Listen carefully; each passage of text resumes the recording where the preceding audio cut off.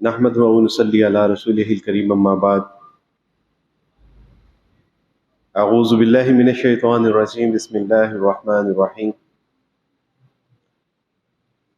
قال اللہ سبحانہ وتعالی فی القرآن المجید فی القرآن الحمید اليوم اکملت لکم دینکم واتممت علیکم نعمتی ورضیت لکم الاسلام دینا وقال رسول اللہ صلی اللہ علیہ وسلم ترکتکم علی ملت بیضاء لیلها کنہارها صدق اللہ العظیم ربی اشرح لی صدری ویسر لی امری واحلل عقدۃ من لسانی یفقہوا قولی ربی زدنی علما آمین یا رب العالمین۔ ہر طرح کی تعریف اللہ سبحانہ و تعالیٰ کے لیے ہے جو رب ہے تمام جہانوں کا، اور جس کی اختیار میں ہم سب کی جان ہے، اور بالآخر ہم سب کو اسی کی طرف لوٹ کر جانا ہے۔ اور کروڑوں درود و سلام نبی کریم صلی اللہ علیہ وسلم کی ذات اقدس پر کہ جنہوں نے بھٹکی ہوئی انسانیت کو ایک ایسا صراط مستقیم عطا کیا کہ جس پر چلنے کا انعام اللہ کے یہاں وسیع جنتیں ہیں۔ معزز حاضرین کرام، سچی بات تو یہ ہے کہ علماء کرام کی موجودگی میں میرے لیے بات کرنا یعنی کبھی بھی اتنا میرے لیے کبھی مشکل نہیں ہوتا، یا لب کشائی کی جرت کرنا میرے لیے اتنا آسان نہیں ہوتا جتنا کہ علماء کرام کی عدم موجودگی میں۔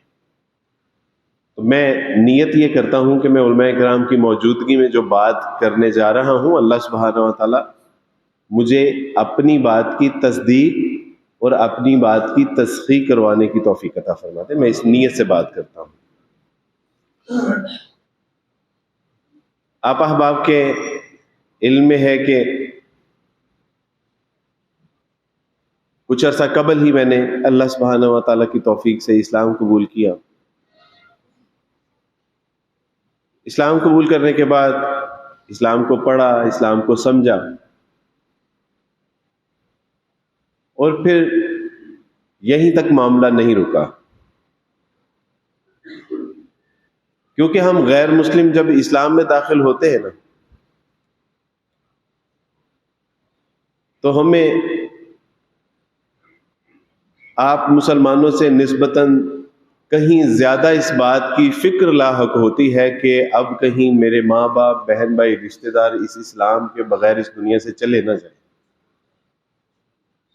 جب اللہ سبحانہ و تعالیٰ ہمیں یہ نعمت اسلام کی قدر کی توفیق عطا فرماتے ہیں، اس کا مقام و مرتبہ عطا فرماتے ہیں، تو پھر بات وہیں تک نہیں رکتی کہ ہم نے اشہد ان لا الہ الا اللہ و اشہد ان محمد رسول اللہ پڑھ لیا، اللہ اللہ خیر صلاح، پھر ہمیں راتوں کو نیندیں نہیں آتی۔ میں جب اللہ سبحانہ و تعالیٰ کی توفیق سے ہلکا بگوش اسلام ہوا تو اس وقت میں دبئی میں تھا، اور جو میں کاروبار کرتا تھا، جو کام کرتا تھا، وہ سونار کا کام تھا۔ اور لوگوں کا ایک خواب ہوتا ہے کہ باہر جا کے سونار کا کام کرنا، ڈائمنڈ کا کام کرنا، ان کا ایک خواب ہوتا ہے، لیکن اللہ سبحانہ و تعالیٰ نے میرے لیے کچھ اور ہی منتخب کر رکھا تھا، اس کا فیصلہ کچھ اور تھا۔ اور جب وہاں جا کے بڑا آدمی بننے کا خواب کیا ہی قریب تھا کہ پورا ہو جاتا، تو اللہ سبحانہ و تعالیٰ نے کہا کہ یہ سونا، چاندی، یہ ڈائمنڈ، ہیرے جواہرات، تجھے اس سے بھی بہترین چیز عطا فرماتا ہوں۔ اور جب اللہ سبحانہ و تعالیٰ نے اسلام کو پڑھ کے سمجھنے کی توفیق عطا فرمائی تو اندازہ ہوا کہ اللہ سبحانہ و تعالیٰ نے اس کائنات کی جو سب سے بہترین متاع ہے اس سے میرا دامن بھر دیا ہے، اور وہ کیا ہے؟ وہ دین اسلام ہے۔ اکثر لوگ پوچھتے ہیں کہ عبد الوارث بھائی آپ نے اسلام قبول کیوں کیا؟ تو میں ان سے عرض کرتا ہوں کہ اگر آپ خود اسلام کے بارے میں جانتے ہوتے تو آپ یہ سوال کرتے کہ عبد الوارث بھائی اسلام اتنی تاخیر سے کیوں قبول کیا ہے؟ اسلام جو اس کائنات کی سب سے بڑی نعمت ہے، عبد الوارث بھائی آپ نے اتنی تاخیر سے کیوں اس اسلام کو قبول کیا؟ وہ اسلام جب رسول اللہ صلی اللہ علیہ وسلم جزیرہ نما عرب میں تشریف لائے تو جہالت اور ضلالت کے بادل چھائے ہوئے تھے، وہ اسلام کہ جب رسول اللہ صلی اللہ علیہ وسلم لے کر آئے تو شرک و کفر کے جو ہے وہ سکے چلتے تھے اس معاشرے میں. اور رسول اللہ صلی اللہ علیہ وسلم جب تشریف لے کے آئے تو کیا کہا کہ یا ایھا الناس قولوا لا الہ الا اللہ تفلحوا، اے لوگو ایک اللہ کی عبادت کر لو، اپنے اللہ کو اپنا حاجت روا، مشکل کشا، بگڑیاں بنانے والا مان لو، اللہ سبحانہ و تعالیٰ دنیا اور آخرت کی کامیابیاں اور کامرانیاں تمہارے قدموں پہ نشاور کر دیں گے. لوگ پوچھتے ہیں کہ عبد الوارث بھائی آپ نے اسلام قبول کیوں کیا؟ تو جو تصور اسلام آپ کو دیتا ہے نا اللہ سبحانہ و تعالیٰ کی وحدانیت کا، پوری کائنات کے مذاہب اور تہذیب اور تمدن اٹھا کے دیکھ لیجئے، ایسا صاف شفاف خدا کا تصور اگر کوئی مذہب پیش کرتا ہے، کوئی دین پیش کرتا ہے تو وہ دین اسلام ہے. لوگ ہمیں پوچھتے ہیں کہ عبد الوارث بھائی آپ نے اسلام قبول کیوں کیا؟ تو واللہ ہے کہ جو اسلام نے اللہ کا تصور دیا اور اللہ کے بعد جو والدین کا مقام و مرتبہ دیا، عرب معاشرے میں اس طرح کے واقعات بھی سننے میں تاریخ کے اوراق میں ملتے ہیں کہ جب ایک سوتیلی ماں بیوہ ہوتی نا، باپ کا انتقال ہوتا تو اس سوتیلی ماں کو بازار میں فروخت کر دیا کرتے تھے. ماں باپ کا کوئی مقام و مرتبہ نہیں تھا، باپ کا وہ احترام، وہ مقام، وہ اس کا کوئی پاس نہیں تھا. اور اللہ سبحانہ و تعالیٰ نے کیا حکم دیا جب رسول اللہ صلی اللہ علیہ وسلم یہ اسلام، ایمان، قرآن لے کے آئے تو آپ علیہ السلام نے فرمایا فَلَا تَقُل لَّهُمَا اُفٍّ. پوری کائنات کے لوگوں کان کھول کے سن لو کہ اللہ سبحانہ و تعالیٰ کا قرآن، اللہ کا احکام، اللہ کا فرمان اب یہ ہے کہ ان والدین جو دنیا میں تمہارے لیے آنے کا ذریعہ بنے ہیں، اب ان کے بارے میں لفظ اف بھی نہیں بولنا. اور دنیا کی گرامر کی کتابیں اٹھا کے دیکھیے، آپ کو پتا چلے گا کہ لفظ نافرمانی کے لیے اف سے چھوٹا کوئی لفظ ہی نہیں ہے، وگرنہ اللہ سبحانہ و تعالیٰ وہ لفظ استعمال کرتے ہیں. وہ ماں باپ کہ جو آج اپنے بچوں کو کہتے ہیں کہ بیٹا دین بھی پڑھ لیں گے، ابھی ساری زندگی پڑھی ہوئی. رات کو فون آتے ہیں کہ عبد الوارث بھائی اماں پردہ نہیں کرنے دیتی، بچے کہتے ہیں کہ عبد الوارث بھائی اماں داڑھی نہیں رکھنے دیتی، ابا کہتے ہیں کہ ابھی تمہاری عمر ہی کیا ہے. اللہ سبحانہ و تعالیٰ کو نہیں پتا چلا کہ اس کی عمر کیا تھی کہ داڑھی اگا دی، والدین کو زیادہ پتا ہے کہ ان کی داڑھی کیوں آ رہی ہے اور کہہ رہے ہیں کہ ابھی تمہاری عمر ہی کیا ہے. اور اسلام کیا کہتا ہے؟ اسلام کہتا ہے کہ ان والدین کی خدمت، احترام، ان کا مقام سمجھتے ہوئے فَلَا تَقُل لَّهُمَا اُفٍّ. خبردار اگر اپنے والدین کے آگے آپ لفظ اف کا بھی اظہار کیا، یہاں تک کہ چہرے کے اوپر ناگواری بھی آ گئی. آج اگر والدین کہتے ہیں کہ بیٹا دین پڑھ لیں گے، آج اگر والدین کہتے ہیں کہ بیٹا کوئی بات نہیں ابھی ساری زندگی پڑی ہے، اور اسی حال میں اگر وہ اس دنیا سے رخصت ہو گئے، تو یاد رکھیے گا کہ آپ کے پیچھے شیکسپیئر کے اشعار تو پڑھے جا سکتے ہیں لیکن آپ کے لیے دعائے مغفرت کرنے والا کوئی نہیں ہوگا. اسلام اتنی بڑی نعمت ہے والدین کے لیے. ایک شخص ایک قبر پہ آ کے انگلش کے اشعار پڑھ رہا تھا اور پاس ہی کھڑے ایک عالم نے کہا کہ بیٹا کیا پڑھ رہے ہو؟ اس نے کہ شیکسپیئر کے ایک سیڈ پوٹری ہے جو باپ کے لیے کبھی اس نے لکھی تھی. تو اس نے کہا کہ بیٹا آپ تو مسلمان ہیں، یہ قبرستان مسلمانوں کا ہے، آپ کا باپ بھی مسلمان ہے، تو آپ اس کے لیے سورہ فاتحہ پڑھیے یا اللہ کے رسول صلی اللہ علیہ وسلم کی بتائی ہوئی دعائیں پڑھیں. تو اس نے کہا کہ میں تو وہی پڑھ سکتا ہوں جو پڑھنے کے لیے میرے باپ نے مجھے باہر بھیجا تھا. اور ہم کیا کہتے ہیں کہ بیٹا ابھی تمہاری عمر ہی کیا ہے، شادی کرو گی اور پردے کے ساتھ شادی کرو گی تو معاشرے میں پروان نہیں چڑھ سکو گی. اگر داڑھی رکھو گے تو سوسائٹی میں وہ مقام و مرتبہ نہیں ملے گا، وہ عزت نہیں ملے گی. بیٹا آپ بیٹی اور بیٹے کو کہتے ہیں کہ ابھی تمہاری عمر ہی کیا ہے. اللہ خوب جانتے ہیں کہ بچے اور بچیوں کی عمر کیا ہے. میرے دوستو، بھائیو، بزرگوں، اسلام اتنی بڑی نعمت ہے کہ والدین کے حوالے سے فرماتا ہے فَلَا تَقُل لَّهُمَا اُفٍّ. ہم جس معاشرے میں پلے بڑے، ہمیں کچھ پتا نہیں تھا کہ والدین کا مقام و مرتبہ کیا ہوتا ہے، والدین کیا نعمت ہے، والدین کیا چیز ہوتے ہیں. اور وہی بھیڑ چال والی روش اختیار کیے ہوئے والدین کے ساتھ ساری زندگی معاملات کیے. اللہ سبحانہ و تعالیٰ نے 27-28 سال کی عمر میں نعمت اسلام سے سرفراز کیا تو رسول اللہ صلی اللہ علیہ وسلم کی تعلیمات کا جب مجموعہ پڑھنے کی توفیق ہوئی تو احساس ہوا کہ والدین کتنی بڑی نعمت ہے۔ میں ایک بار اپنے کپڑے نکال رہا تھا اور کپڑے نکالتے ہوئے یہ وہ ماں کی بات بتانے لگا ہوں کہ جب میں پیدا ہوا تو میرے ماتھے کے اوپر سلیب کا نشان بنایا، میرے لیے مسیح علیہ السلام سے دعائیں کیا کرتی تھی اور میرا نام رکھا وارث مسیح۔ جب میں نے اسلام قبول کیا ان کے کان میں بات پڑی اور اس کے بعد انہوں نے مجھ سے بات کرنا چھوڑ دی۔ میں گھر آیا دبئی سے، کوئی ایئرپورٹ کے لیے اوپر لینے کے لیے نہ آیا، تو میں خود ہی جب بیگ پکڑ کے گھر کے دروازے پہ دستک دی، والد صاحب باہر نکلے، کہا کہ اب دفع کیوں نہیں ہو جاتے؟ اور اب اگر ہماری ناک کٹوا ہی دی ہے، ہم مسلمانوں کے رب کا اقرار کر ہی لیا ہے، دل سے تصدیق کر ہی لی ہے، تو اب دفع کیوں نہیں ہو جاتے؟ ہماری جان کیوں نہیں چھوڑ دیتے؟ پیچھے میری والدہ کھڑی تھی، کہا کہ بچہ ابھی باہر سے آیا ہے، اس کو بیٹھنے تو دے، بیٹھ کے بات کرتے ہیں۔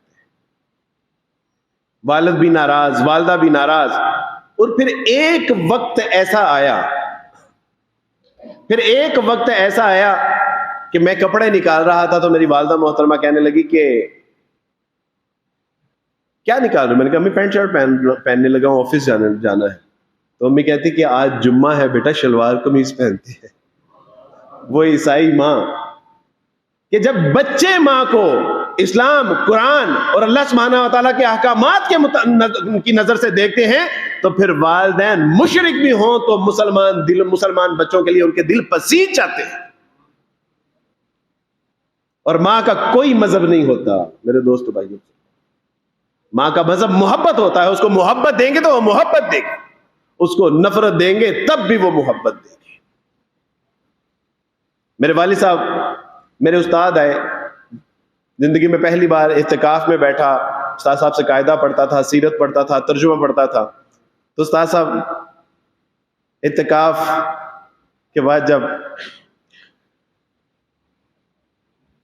لوگوں کے لیے، ان کے والدین، بہن بھائی، رشتہ دار آ رہے تھے، ان کے لیے ہار لے کے آ رہے تھے، ان کے لیے سوٹ آ رہے تھے،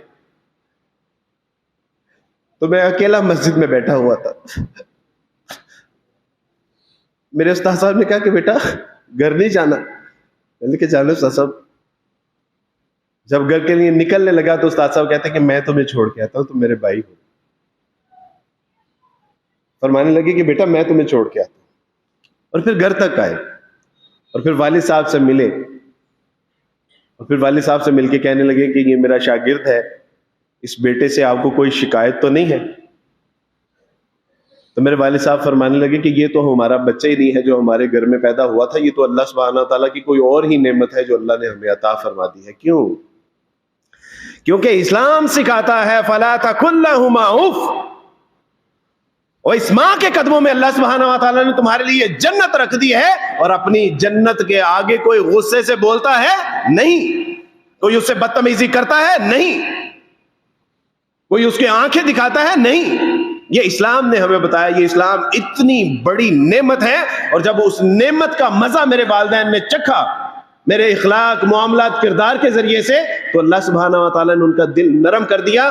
اور میرے ایک بار چھوٹے بھائی جب اسلام قبول کرنے لگے تو میرے باپ نے پتہ نہیں میرے اندر کیا دیکھا تھا، تو میرے والد صاحب مجھے فرمانے لگے، میں نے کہا کہ ابو کامران اسلام قبول کرنا چاہتا ہے، اپنی مرضی سے، میں نے اسے سختی، زور زبردستی، ڈرایا دھمکایا نہیں ہے۔ تو کہا کہ ایک شرط میں تمہیں اجازت دوں گا کہ اگر وہ تم جیسا مسلمان بنے گا تو پھر وہ مجھے قابل قبول ہے۔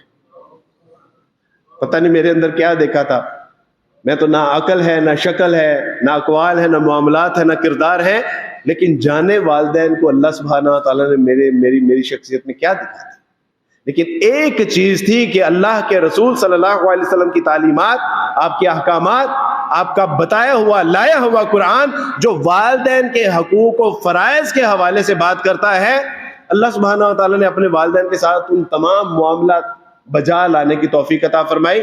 میرے والدین آج بھی کہتے ہیں کہ عبد الوارث، اللہ سبحانہ و تعالیٰ نے اسلام کی تعلیمات سے تمہیں جو روشناس کیا ہے نا، اس کے بعد جو تمہاری شکل میں ہمیں نعمت ملی ہے، اس سے پہلے وہ نعمت میسر نہیں تھی۔ اسلام اتنی بڑی نعمت ہے والدین کے لیے، اور والدین کیا کہتے ہیں کہ آپ کو ابھی عمر ہی کیا ہے، اسلام پڑھ لیں گے، آپ بایولوجی کیجئے، آپ سائنس پڑھیے، آپ ٹیکنالوجی پڑھیے، آپ MBBS کیجئے، اسلام ان سے منع نہیں کرتا، بلکہ اسلام تو واحد اس کائنات کا دین ہے کہ جس کا آغاز اقرا سے ہوتا ہے، اور رسول اللہ صلی اللہ علیہ وسلم نے فرما دیا طلب علم فریضۃ علی کل مسلم۔ اسلام کب تعلیمات حاصل کرنے سے منع کرتا ہے؟ لیکن اس میں تساہل و تصادم نہیں ہونا چاہیے، بلکہ بین بین۔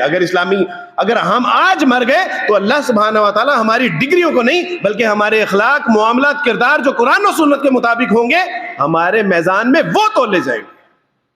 اور کتنی ترجیحی ہے۔ امام قرطبی رحمۃ اللہ علیہ فرماتے ہیں کہ رسول اللہ صلی اللہ علیہ وسلم کو اگر اللہ کو علم سے محبوب کوئی چیز ہوتی تو اللہ سبحانہ و تعالیٰ رسول اللہ سے یہ نہ کہتے کہ ربی زدنی علم، اے نبی صلی اللہ علیہ وسلم اپنے علم میں اضافے کی دعا کیجئے۔ امام قرطبی فرماتے ہیں اسلام تعلیمات حاصل کرنے سے منع نہیں کرتا، لیکن اسلام کہتا ہے کہ تعلیمات بھی تو پھر وہ حاصل کرو کہ جس سے اللہ اور اس کے رسول صلی اللہ علیہ وسلم کا عرفان، اس کی معرفت حاصل ہو۔ پہچانو تو سے کم اپنی ذات کو تو تم پہچان سکو کہ کون ہو، کہاں سے آئے ہو، اور بالآخر تمہارا انجام کیا ہونا۔ اقبال کہتے ہیں کہ خرد مندوں سے کیا پوچھوں کہ میری ابتدا کیا ہے، میں تو اس فکر میں رہتا ہوں کہ میری انتہا کیا ہے۔ وہ چلے ہو اپنی آخرت کے حوالے بھی تو غور و فکر کرو۔ آج انگلش، سائنس، ٹیکنالوجی اتنی پڑھ لی ہے کہ گوروں کو پڑھانے کے لیے ہم باہر جا رہے ہیں، لیکن اسلام اتنا بھی نہیں پڑھا کہ اپنے باپ کا، اپنی بیٹی کا جنازہ پڑھا سکے، اپنے بچوں کے نکاح پڑھا سکے۔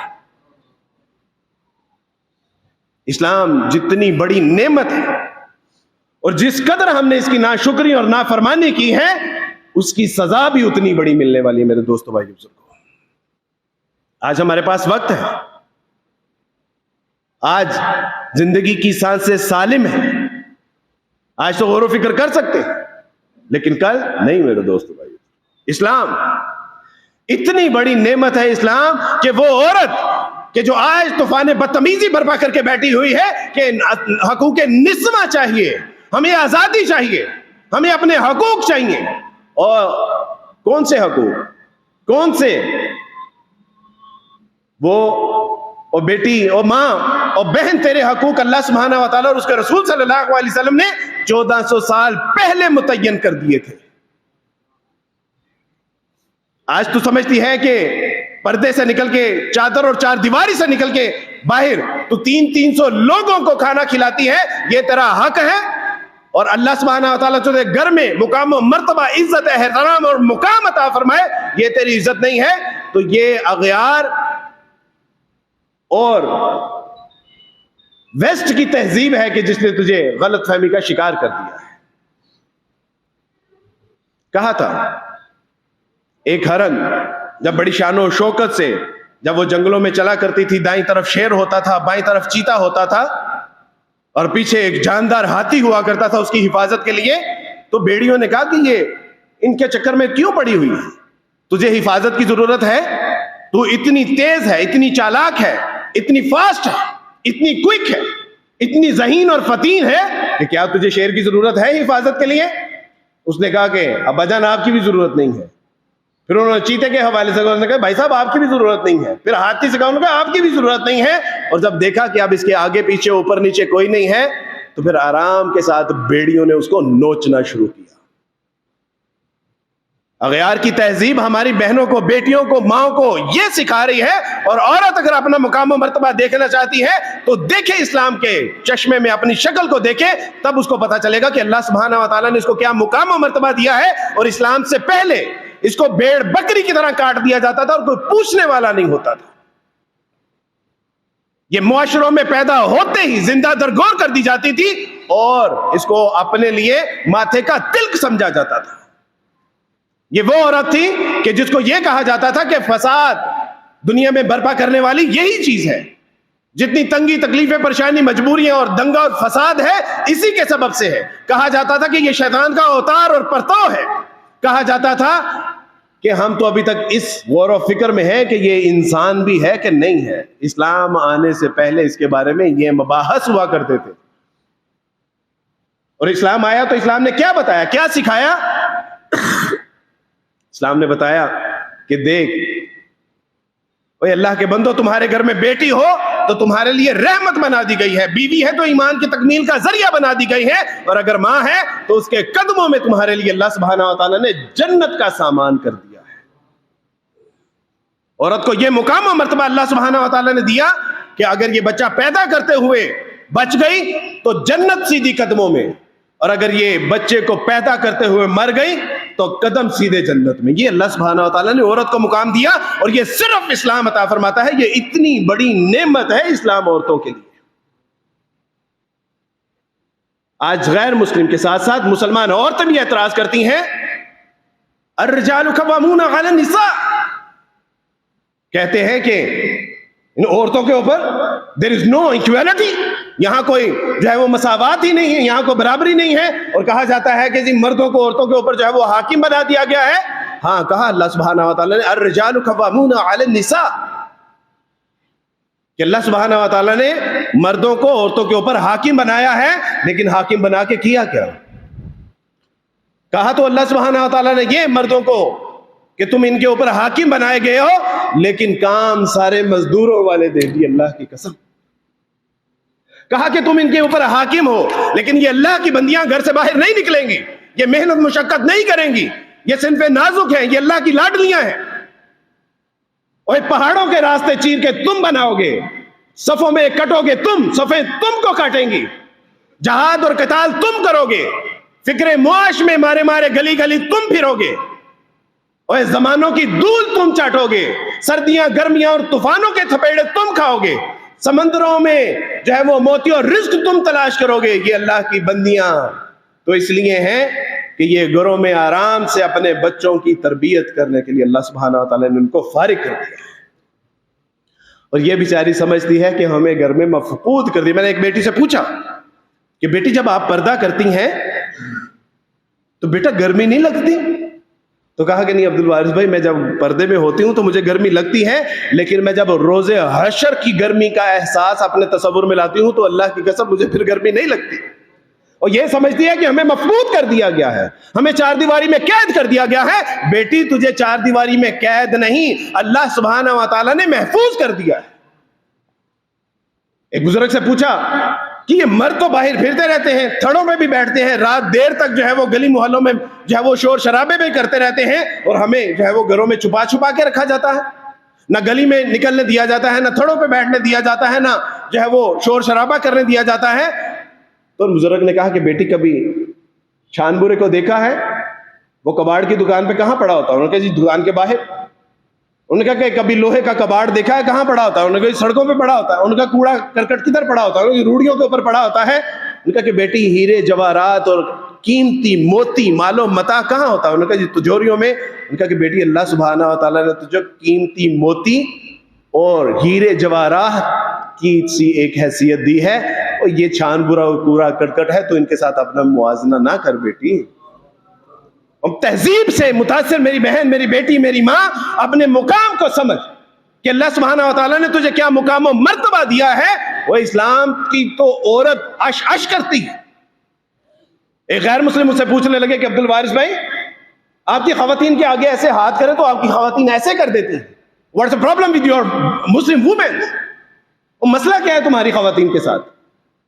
تو میں نے کہا کہ یار آپ کی بھی تو ملکہ الزبتھ ہے نا، یہ ہر عام آدمی سے ہاتھ ملاتی ہے۔ انہوں نے کہا وہ ملکہ ہے۔ میں نے کہا ہماری ہر ماں، ہماری ہر بہن، ہماری ہر بیٹی ہمارے گھروں کی ملکائیں ہیں۔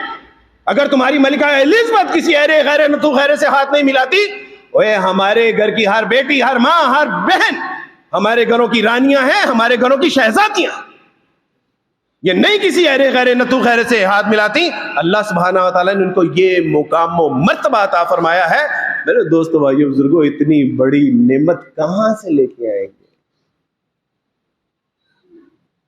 آج تو اللہ سبحانہ و تعالیٰ اپنے قرآن میں پوری وضاحت کے ساتھ، دلیل کے ساتھ، براہین کے ساتھ بتا رہے ہیں کہ دیکھو لوگوں، یہ اسلام اس کائنات کی سب سے بڑی وہ نعمت ہے جس کو کامل، مکمل، اکمل کر کے اللہ سبحانہ و تعالیٰ نے تمہیں عطا فرمایا ہے۔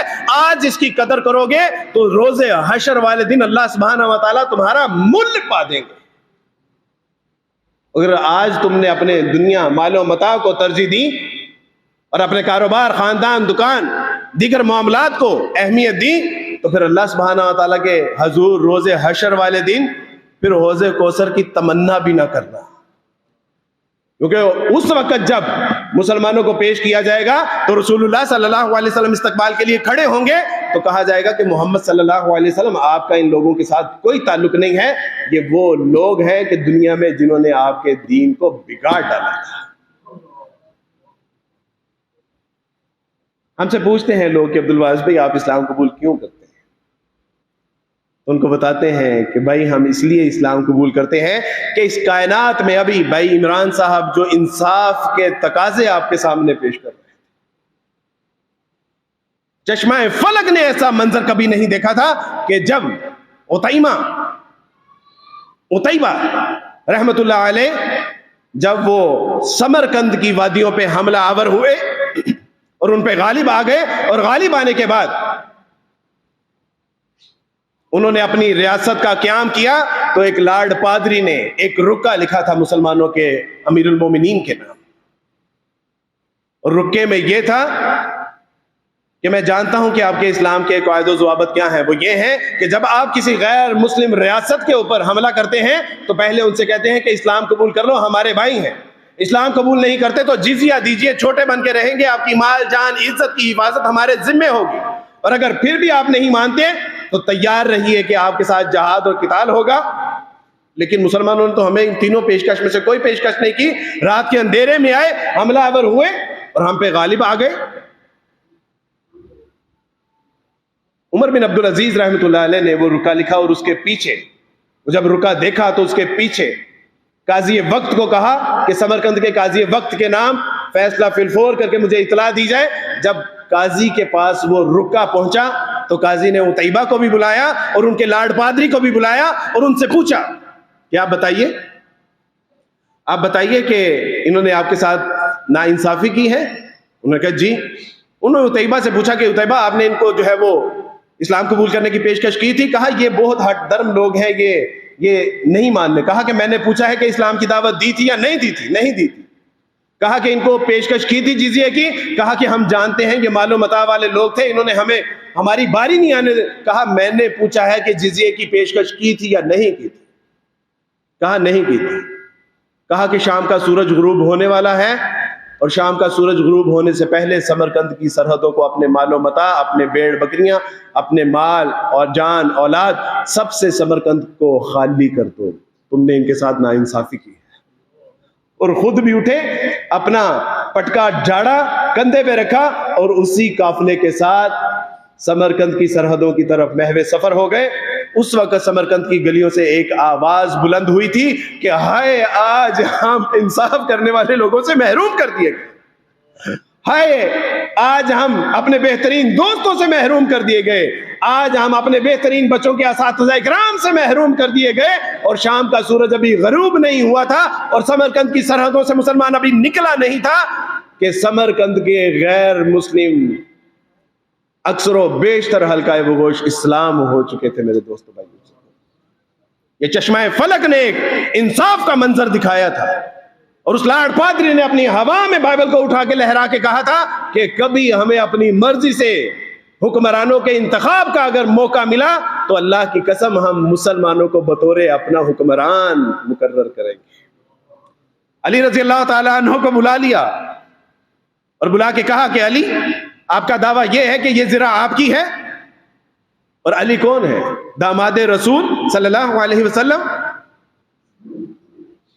فاطمہ کے شوہر، حسن اور حسین کے باپ، رسول اللہ صلی اللہ علیہ وسلم کے بچپن کے ساتھی، کہ جنہوں نے سب سے کم عمری میں بچپن میں اسلام قبول کیا، وہ، اور اس وقت ان کا مقام یہ ہے کہ وہ تمام اسلامی ریاستوں کے امیر المومنین بھی ہیں۔ اور قاضی نے بلایا کہ علی آپ آئیے میرے پاس اور اس بات کا جواب دیجئے کہ کیا یہ زرہ آپ کی ہے؟ کہا کہ ہاں میں نے یہ مقدمہ درج کروایا ہے کہ یہ زرہ میری ہے۔ کہا آپ کے پاس کوئی گواہ ہے؟ کہا کہ حسن اور حسین ہیں۔ کہا کہ باپ کی گواہی، باپ کے حق میں بیٹوں کی گواہی آپ کو نہیں پتا؟ امیر المومنین ہیں، آپ کو نہیں پتا؟ کہا کہ آپ جا سکتے ہیں، اور وقت کے ضیاع کے لیے آپ کو معذرت کرنی چاہیے۔ اور جس یہودی نے وہ زرہ چرائی تھی، باہر آتے ہی اس نے کہا کہ اللہ کی قسم ایسا انصاف کرنے والا نظام اس سے پہلے میں نے نہیں دیکھا، واللہ ہے یہ زرہ بھی آپ کی ہے اور اب یہ یہودی غلام بھی آپ کا ہے، یہ دونوں آپ۔ اسلام اتنی بڑی نعمت ہے اس کائنات کے لیے۔ ہمیں یہ کہا جاتا ہے کہ اسلام جو ہے وہ تلوار کے زور پہ پھیلا ہے، اسلام جبرن جو ہے وہ تبدیل کروایا جاتا ہے۔ ان ظالموں کو پتہ ہی نہیں ہے کہ یہ بات کرتے ہیں کہ ہمارے جنگ اصول، یہ جنگ محبت کی بات کیا کرتے ہیں؟ ہمارے جنگ اصول ہی اگر پڑھ لے کہ جو اسلام نے مسلمانوں کو بتائے ہیں، سکھائے ہیں، سنائے ہیں، سمجھائے ہیں، وہ یہ ہیں کہ دیکھو، علی رضی اللہ تعالیٰ عنہ سے مخاطب کر کے کہا کہ علی تم جا رہے ہو، وہاں گردنیں ماری بھی جائیں گی، گردنیں مارو گے، لیکن یاد رکھنا کہ اگر تیرے سبب سے کوئی ایک شخص بھی ہلکا بگوش اسلام ہو گیا تو تیرے لیے سرخ اونٹوں سے بہتر ہے۔ اور پھر فرمایا اکثر غزوات میں رسول اللہ صلی اللہ علیہ وسلم فرمایا کہ دیکھو، اللہ کی تکبیر بلند کرتے ہوئے تمہارے بدنوں میں جسم میں خون کھولنے لگ جاتا ہے، جان لینے کے لیے، جان دینے کے لیے تم تیار ہو جاتے ہو، لیکن ایک بات یاد رکھنا کہ عورتوں کے اوپر ہاتھ نہیں اٹھانا، بچوں کے اوپر تلوار نہیں چلانی، بزرگوں کے اوپر تلوار نہیں چلانی، ان کے مذہبی رہنماؤں کو قتل نہیں کرنا، ان کے کھیت کھلیان، ان کے باغ، ان کی جو ہے وہ عبادت گاہوں کو مسمار نہیں کرنا، بلکہ جو جنگ میں تمہارے خلاف تلوار اٹھائیں صرف انہی کی گردنوں کو مارنا۔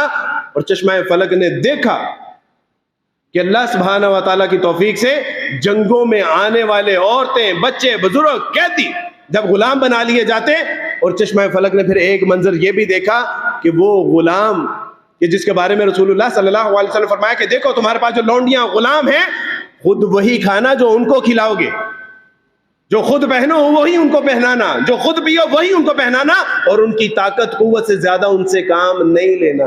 یہ بستر مرگ پہ رسول اللہ صلی اللہ علیہ وسلم کے الفاظ تھے۔ اور کیا ہوا؟ چشمہ فلک نے وہ منظر بھی دیکھا کہ آقا کے پاس ایک ہی روٹی ہے، خود بھوکا رہ گیا اور اپنے غلام کو سیر ہو کے وہ کھانا کھلا دیا۔ یہی سبب تھا کہ چشمہ فلک نے دیکھا کہ وہ غلام اور لونڈیوں کا تصور تو کیا، ان سب کو آزاد کر کے اور وہ ہلکا بگوش اسلام ہو گئی۔ اور ہمیں یہ کہا جاتا ہے کہ اسلام تو بہت جبر کا تلوار کے ذریعے سے پھیلا ہے۔ یہ کچھ دن پہلے ایک امریکہ میں اسلام قبول کرنے والے بڑے پادری، ہم پوچھنا چاہتے ہیں ان سے کہ ان کے سر کے اوپر کون سی ایسی تلوار تھی جو لٹک رہی تھی، اور امریکہ میں کون سے جبر و ظلم و ستم کیے جا رہے ہیں کہ غیر مسلم جوک در جوک اسلام میں داخل ہو رہے ہیں۔ اسپین میں کون سے ایسے لوگ ہیں، پیرس میں ایسے کون سے لوگ ہیں، یو کے میں ایسے کون سے لوگ ہیں کہ جو ان کی گردنوں پہ تلوار رکھ کے جو ہے وہ ان کو کلمہ پڑھا رہے ہیں؟ نہیں میرے دوستو، بھائی بزرگوں، یہ اسلام بطور نعمت جب ایک غیر مسلم پڑھتا ہے کہ اسلام کتنی بڑی نعمت ہے، تو تب جا کے ان کو پتہ چلتا ہے کہ اسلام خود تو، مسلمان خود تو اسلام کی نعمت سے محروم ہیں ہی، انہوں نے ہمیں بھی آج تک محروم ہی رکھا ہوا ہے۔ یار آپ تو اتنے بخیل نہیں ہیں، آپ کو تو یہ پتا چل جائے کہ رات فری انٹرنیٹ پیکج کون سا ہے تو آپ دوستوں کو میسج کر کر کے بتا رہے ہوتے ہیں، لیکن آخرت کی کامیابی اور کامرانی اس کا پیکج تو آپ کے پاس تھا، آپ کی آخرت کی فلاح و بہبود کی کنجی تو آپ کے پاس تھی۔ آخرت کا پیغام پہنچانے کے لیے تو اللہ سبحانہ و تعالیٰ سے زندہ قرآن، کنتم خیر امت اخرجت للناس تأمرون بالمعروف وتنہون عن المنکر، کہ تمہیں منتخب کیا گیا ہے، you are selected people، اس لیے کہ اچھائی کا پیغام دو اور برائی سے لوگوں کو روکو۔ یہ تو آپ کے لیے اللہ سبحانہ و تعالیٰ نے پیغام چھوڑا تھا، اور جس کے لیے تو آپ نے پوری دنیا میں پیغام پہنچانا تھا، لیکن ہم تو خود بھی اس سے محروم رہے اور ہم نے لوگوں کو بھی اس سے محروم رکھا۔ نہیں میرے دوستو بھائیو، ہم سے غلطی ہوئی۔ اسلام کے کون کون سے محاسن آپ کے سامنے بیان کریں؟ میں نے ایک بیٹی سے پوچھا کہ بیٹی تو اسلام قبول کر رہی ہے، اوے بچے تینوں نہیں پتا کہ پوری دنیا دے وچ کیا جاندہ کہ اسلام تو بہت جبر اور خون بہانے والا اور قتل و غارت کا دین ہے؟ تو اس نے کہا کہ عبد الوارث بھی جانے دیجئے، یہ کون جھوٹے لوگ ہیں جو اس طرح کی افواہیں پھیلاتے ہیں؟ میں نے اسلام کو پڑھا ہے اور مجھے پتا ہے کہ اسلام تو جنت کی بشارت دیتا ہے رستے سے تکلیف دینے والی چیز کے اوپر بھی، اور جو رستے سے تکلیف دینے والی چیزوں کو ہٹانے کے عمل پہ جنت کی بشارت دیتا ہو، عبد الوارث بھائی وہ کسی کی گردن کاٹنے کا حکم کیسے دے سکتا ہے؟ آج ہمارے اخلاق، معاملات، کردار، آپ دیکھیے، میں آپ کو بتاتا ہوں کہ میں عیسائیوں کے گھروں میں پیدا ہونے والا ایک بچہ، چوڑوں کے گھر میں پیدا ہونے والا بچہ، جب وہ اپنے ماں باپ، اپنے بہن بھائی، رشتہ داروں کے ساتھ اللہ اور اس کے رسول صلی اللہ علیہ وسلم کی بتائی ہوئی تعلیمات، اخلاق، معاملات، کردار کے ساتھ پیش آتا ہے تو وہ اپنی آنکھیں بچھاتے ہیں میرے قدموں کے نیچے. اور آج مسلمان کا دست و گریبان ہوا پڑا ہے. کیوں؟ کیونکہ نعمت اسلام سے ہم محروم ہیں. میرے دوستو، بھائی بزرگوں، آخری بات کر کے میں اجازت چاہوں گا، اور وہ یہ کہ ایک بادشاہ تھا، وہ اپنے لاہور لشکر کے ساتھ سفر کر رہا تھا، اور سفر کے دوران اس نے کہا کہ دیکھو، تم رات جہاں قیام کرو گے، اس قیام کے دوران تمہارے ہاتھ میں جو چیز بھی آئے اس کو اپنے بیگ میں محفوظ کر لینا، وہ بہت قیمتی مال ہے. میرے جیسے نااہل لوگ جو تھے، انہوں نے سمجھا کہ ہم سڑک پہ ہوں گے، راستے میں ہوں گے، میدان میں ہوں گے، پتھر، اینٹ، روڑا کے سوا کیا ہوگا. اور انہوں نے بات کو آئے گئے کر دیا. اور جو آپ جیسے نیک، صالح اور سمجھدار، دانا بینا، فہم و فراست رکھنے والے لوگ تھے، انہوں نے کہا کہ نہیں، اگر بادشاہ نے کہا ہے، اگر ہمارے بڑے نے کہا ہے تو اس میں حکمت و دانائی ضرور ہوگی. ان کے ہاتھ میں جو بھی اندھیرے میں آیا انہوں نے اس کو محفوظ کر لیا.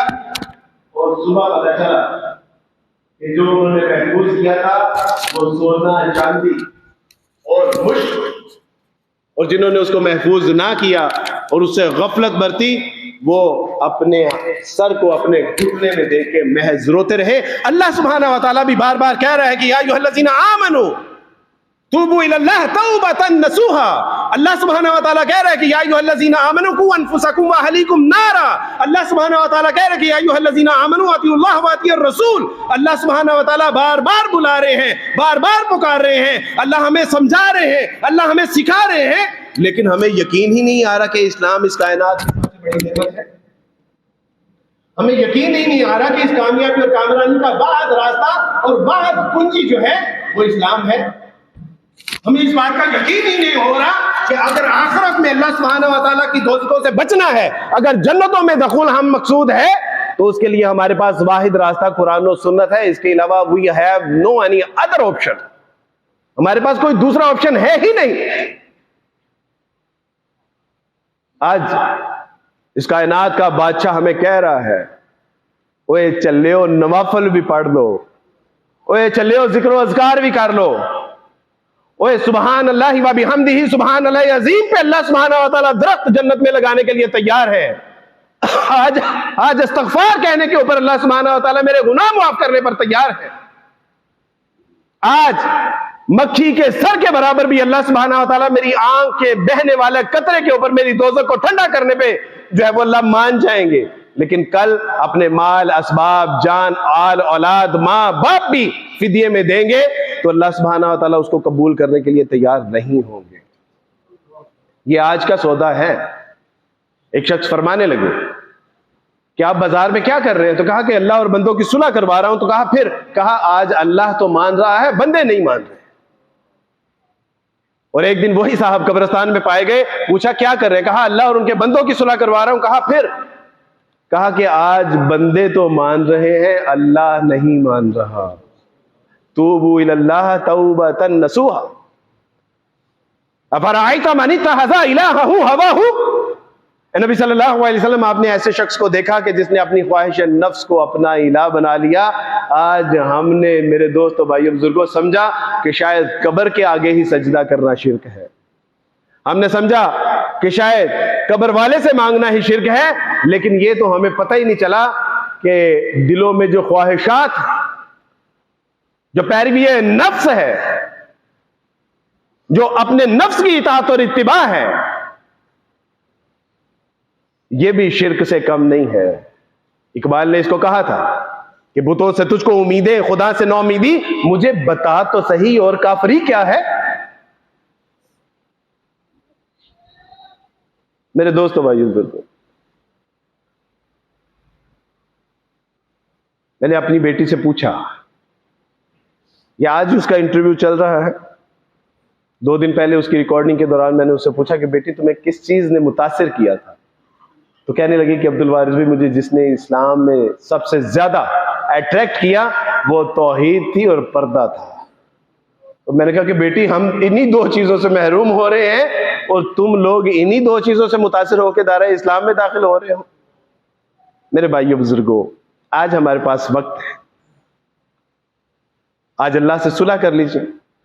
اور آپ لوگ تو ویسے ہی ماشاءاللہ اللہ کی راہ میں خرچ کرنے میں بڑے معروف ہیں، بڑے مشہور ہیں. آج میں بھی آپ سے کچھ مانگنے کے لیے آیا ہوں.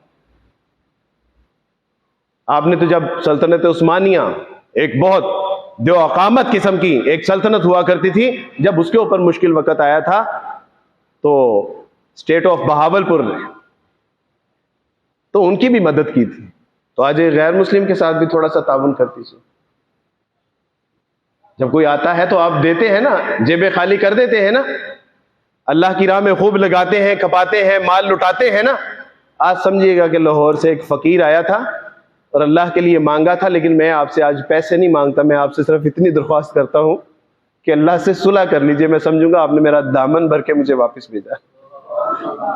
یا ایھا الانسان ما غرک بربک الکریم، اوے میرے بندو کہاں جا رہے ہو اپنے رب کریم رب رحیم کو چھوڑ کے؟ اوے تم گناہ کرو گے اور یہ تصور کرتے ہو کہ وہ تمہیں سزا دے گا.